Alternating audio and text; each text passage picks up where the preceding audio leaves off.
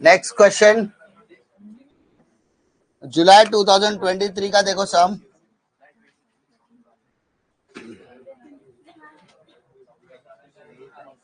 July 2023 not for profit concern,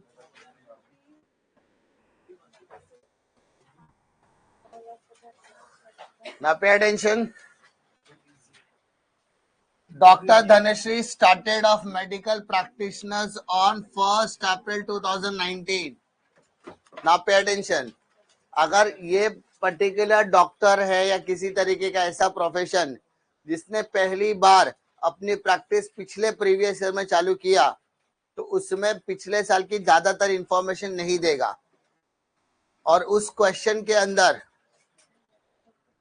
उसने अपना business या अपनी प्रैक्टिस उसने पिछले साल शुरू किया, तो इसका मतलब इस क्वेश्चन के अंदर कैपिटल फंड आपके लिए बहुत ज्यादा इंपॉर्टेंट हो जाएगा।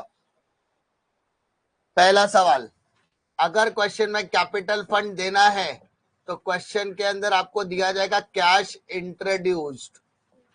क्या दिया जाएगा सर? Cash introduce. और जो आपका कैपिटल कैश इंट्रोड्यूस है वही आपका क्या बन जाएगा? Capital fund. वरना या फिर क्वेश्चन में कैपिटल फंड नहीं देगा तो उसको क्या समझने का?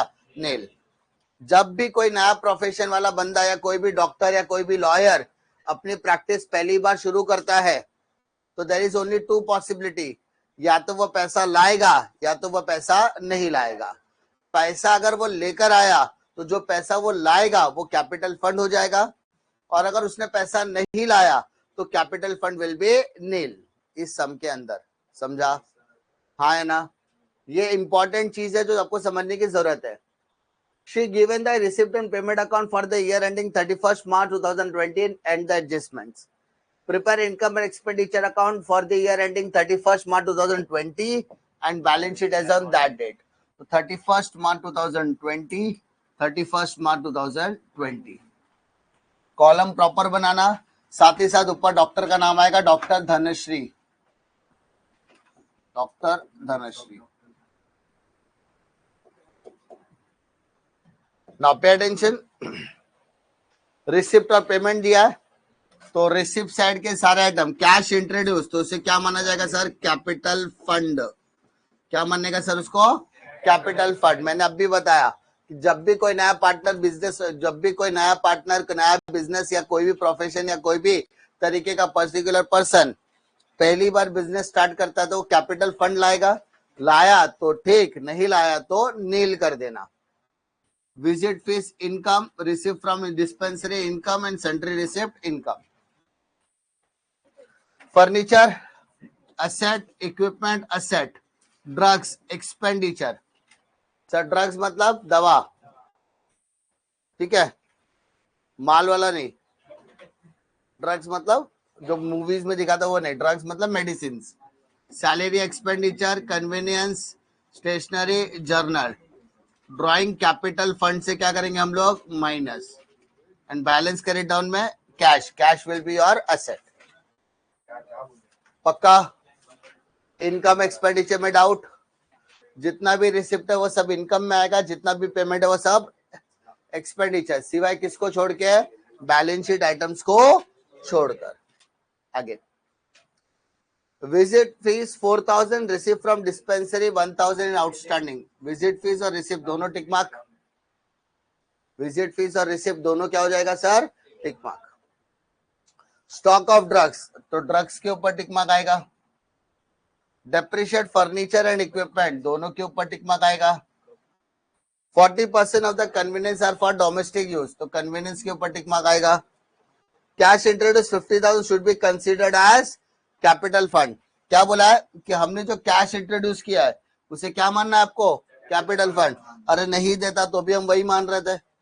यानी ये जो क्वेश्चन है ये सिर्फ आपके लिए इंफॉर्मेशन है।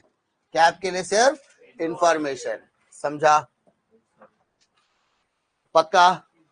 Can we start with the sum? सबसे पहले दिया cash introduce, Cash introduced will be treated as capital fund, which is 50,000. और वह इनर में रहेगा जब तक सरप्लस या डेफिसिट आता नहीं है. Visit fees 20,000. Visit fees 20,000. Next, receipt from dispensary. Receipt from dispensary. How much? 60,000. Inner column है because there is an adjustment given in the question. Sundry receipt 10,000. Sundry receipt 10,000. Tick mark दिया नहीं है. Payment में आ जाओ. Furniture asset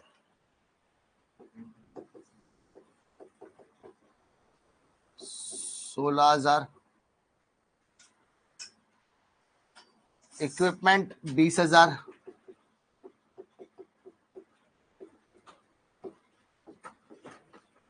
टिक mark है inner column में. Drugs 14,000.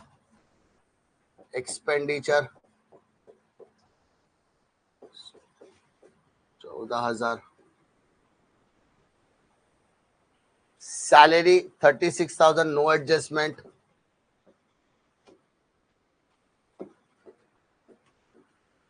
$36,000. Conveyance 8,000. Conveyance 8,000. Stationery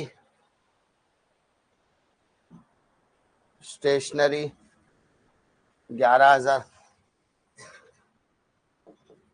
टिक mark है क्या?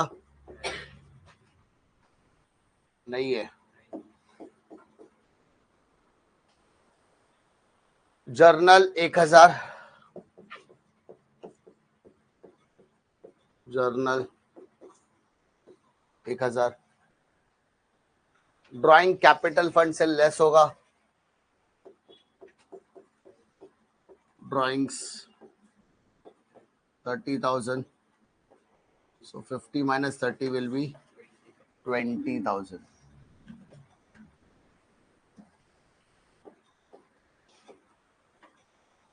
उसके बाद बैलेंस करे डाउन कैश.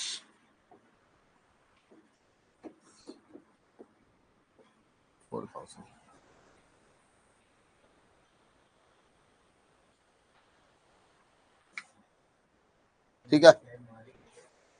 हेलो. हाँ हाँ हूँ, क्लास में ही हूँ मैं. हाँ हाँ हाँ.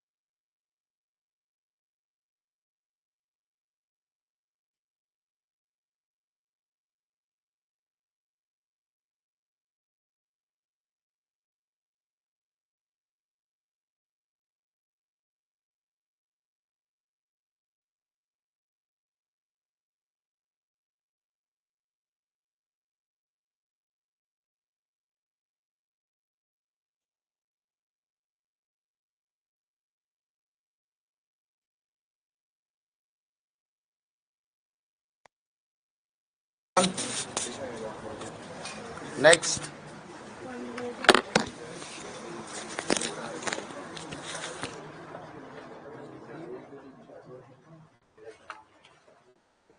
डन, सारे की सारी पोस्टिंग डन। ना कम टू एडजस्टमेंट। सबसे पहले क्या बोला है, विजिट फीस। अब सबसे यहाँ पर इंपॉर्टेंट आपके लिए लाइफलाइन होने ही वाली है, क्योंकि यहाँ पे आउटस्टैंडिंग दोनों साइड आता है, डेबिट साइड भी आता है और क्रेडिट साइड। तो अगर आपको डेबिट क्रेडिट का सेकेंड इफेक्ट याद रखना है तो आपके लिए लाइफलाइन इंपॉर्टेंट रोल प्ले करेगा। आपको ये देखने के बाद ही सेकेंड इफेक्ट डालना, यानी गलती से भी अगर इधर का उधर हो गया तो टैली होने वाला नहीं है। ठीक है, now pay attention. Visit fees and receipt from dispensary 1000 is outstanding.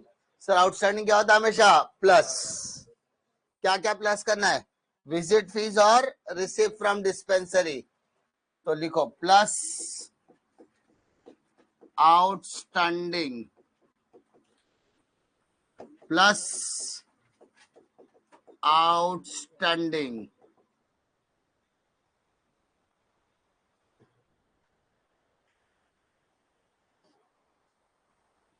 चलो, विजिट फीस का 4000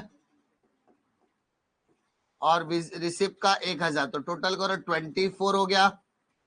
60 प्लस 1 कितना हो गया, 61,000। नाउ पे अटेंशन, क्रेडिट में आपने क्या किया, plus.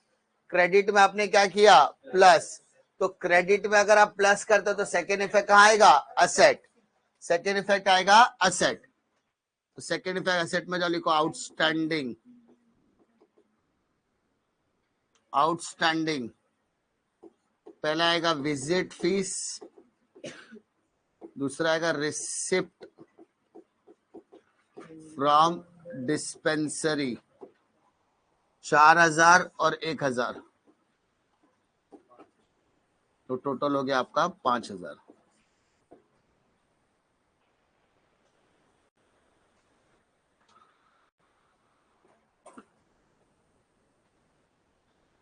Next one, stock of drugs. Stock of drug, opening stock plus होता तो क्लोजिंग स्टॉक क्या आएगा, तो क्लोजिंग स्टॉक माइनस करना है। तो less stock of drugs, how much, 2000। तो 14,000 में से 2000 क्या, तो कितना बचेगा, 12। सवाल ये पैदा होता है, डेबिट में क्या किया, तो चेक करो, डेबिट में माइनस किया तो second effect asset. Asset side में लिखो स्टॉक ऑफ ड्रग्स। इसलिए लाइफलाइन बहुत इंपॉर्टेंट हो जाता है ये चैप्टर में, स्टॉक ऑफ ड्रग्स।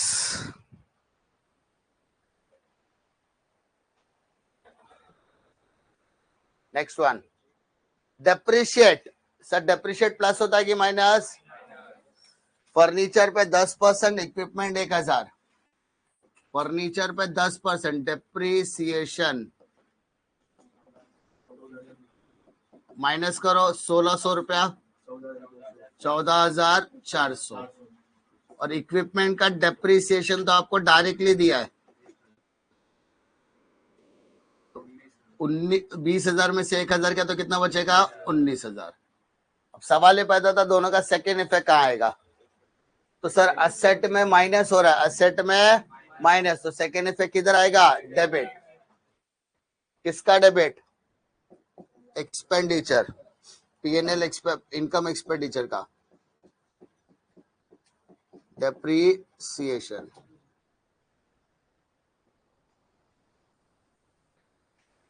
पहला फर्नीचर, दूसरा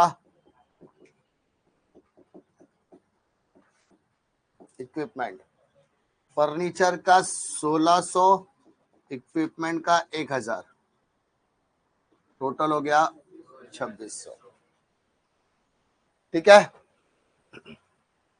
क्लियर है।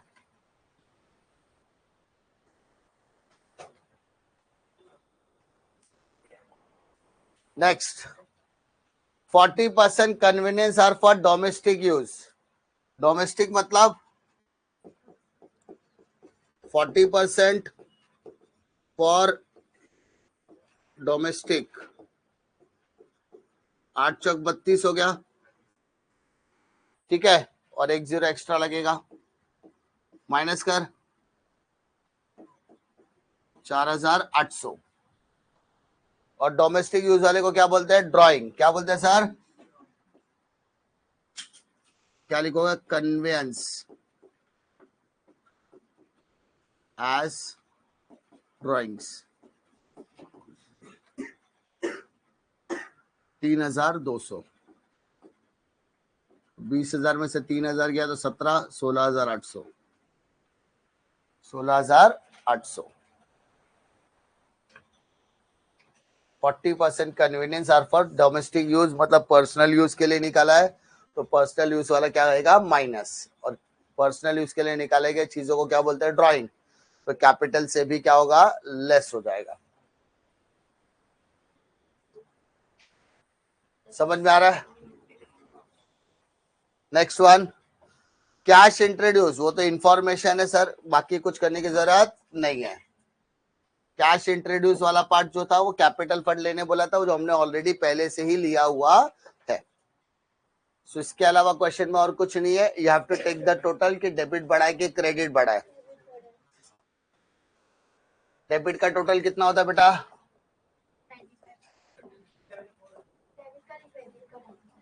क्रेडिट का 95,000 और डेबिट का 67,400। तो सर इस हिसाब से क्रेडिट बढ़ा है सर, क्रेडिट बढ़ा तो 95,000 credit, same total you have to write on the debit side 67,400 minus कर दो।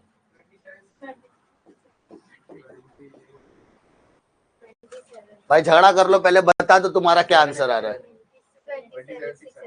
माइनस करने नहीं आ रहा है। सरप्लस कैरिड डाउन, जहां पर सरप्लस आएगा वहां पर एक लाइन आपको और लिखनी है।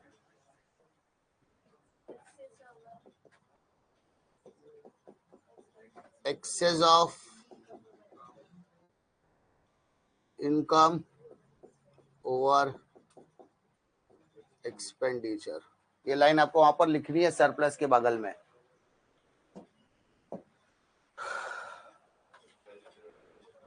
सरप्लस प्लस होता है कि माइनस होता है? प्लस सरप्लस 27,600, 14 से लगा, 7,714 से लगा 44,400। तो check the total.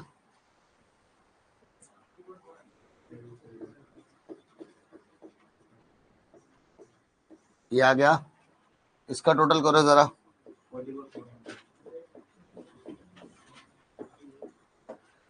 Balance sheet is getting tallied, nothing to be worried. ठीक है, बैलेंस शीट क्या हो गई आपकी? टैली हो गई। श्योर है? पक्का? ये आपके बेसिक सम है, जहां पर मैंने आपको पहले बताया कभी भी एनपीओ स्टार्ट करोगे तो पहले इनकम एक्सपेंडिचर से शुरू करो, उसके बाद ऐसा सम पकड़ो जिसके अंदर कैपिटल फंड इंट्रोड्यूस हुआ हो, उसके बाद जो क्वेश्चन, ये पीवाईक्यू के क्वेश्चंस करने से आपका बेसिक से लेके एडवांस तक सब कवर हो जाएगा। ठीक है, फटाफट